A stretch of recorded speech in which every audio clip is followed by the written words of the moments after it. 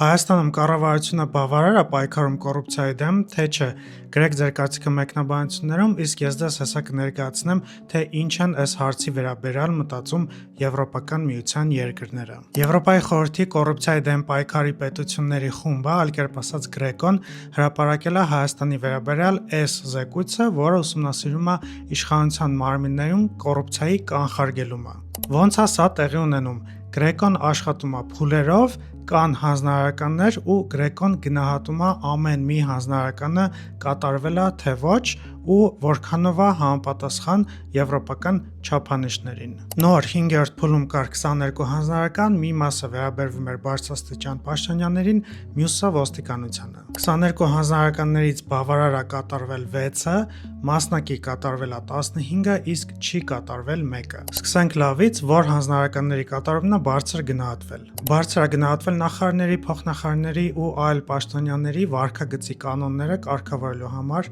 ձեռնարկած քայլերը։ Ըստ զեկույցի պաշտոնական արարողությունների, հյուրասիրությունների ու նմանատիպ ծախսերի գնումները դարձել են ավելի թափանցիկ։ Նաև քայլեր են արվել, որ պաշտոնյաները իրենց անձնական կամ բիզնես շահերը առաջ չտան աշխատանքի ընթացքում։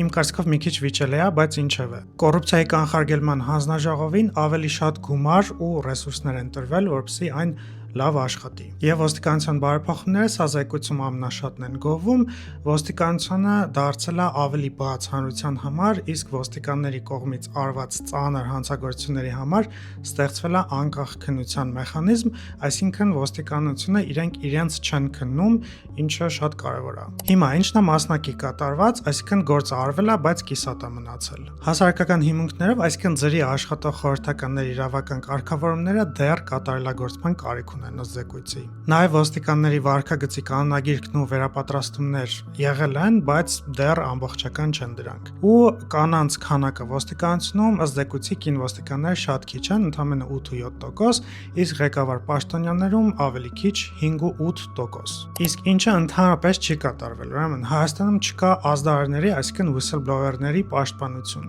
Ազդարարները օրինակ Էդվարդ Սնոուդենի պես մարդիկ են, որոնք համակարգի ներսում են, տեսնում են կոռուպցիա կամ ինչ-որ ապօրինություն ու ազդարարում են դրա մասին։ Ըստ օրենքի ՄԻՊ-ը պետքա պաշտպանի այս ազդարարներին